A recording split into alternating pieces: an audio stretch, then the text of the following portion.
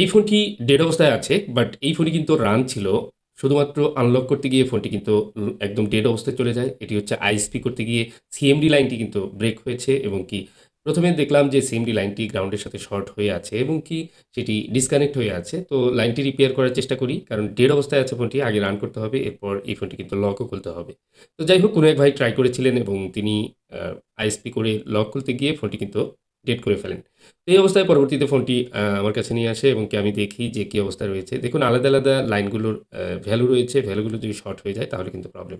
তো যাই হোক, পাওয়ার অন হয় এবং পাওয়ার অন হওয়ার পর দেখতে পাই যে এই ফোনটি কিন্তু এফআরপি লক রয়েছে। তো যাই হোক, এফআরপি লক খোলার জন্য ১ম এ আমিও কিন্তু সেই আইএসপি দিয়ে ট্রাই করি। আইএসপি কানেকশন করে দেখি কোনোভাবেই কিন্তু আইএসপি কানেকশন ঠিকঠাক মতো পাচ্ছে না।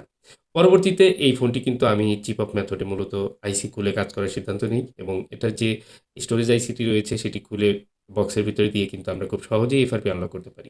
যাই হোক, আনলক করার জন্য আমি কিন্তু আইসিটি খুলে নেই এবং মাদারবোর্ডটি ক্লিন করে নেই এবং আইসিটিও ক্লিন করে নেই। আইসি ক্লিন করার পর এই ফোনটি এক পর্যায়ে বক্সের মাধ্যমে আমি কিন্তু সেটি আনলক করে নিই। আনলক করার পর আবার আইসিটি কিন্তু পুনরায় মাদারবোর্ডে ইনস্টল করে দিলেই ফোনটির কাজ শেষ। এবার ফোনটি অন হলেই কিন্তু লকটি চলে যাবে। সেই সাথে এই ফোনটি যে ডেড প্রবলেম ছিল সেটিও কিন্তু সলভ হয়েছে। তো যাই হোক, আমরা দেখব যে এবার ফোনটি সম্পূর্ণ অন হয় কিনা।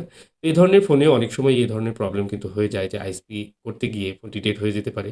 অথবা অনেক সময় কিন্তু দেখা যায় যে আইসি খুলে কাজ করতে গিয়েও কিন্তু ফোনটি ডেড হতে পারে। যেভাবেই ডেড হোক না কেন, সেই বিষয়টি কিন্তু খুব গুরুত্ব সহকারে দেখলে আশা করা যায় অনেক ফোনই কিন্তু আবার রিকভারি করা সম্ভব হয়।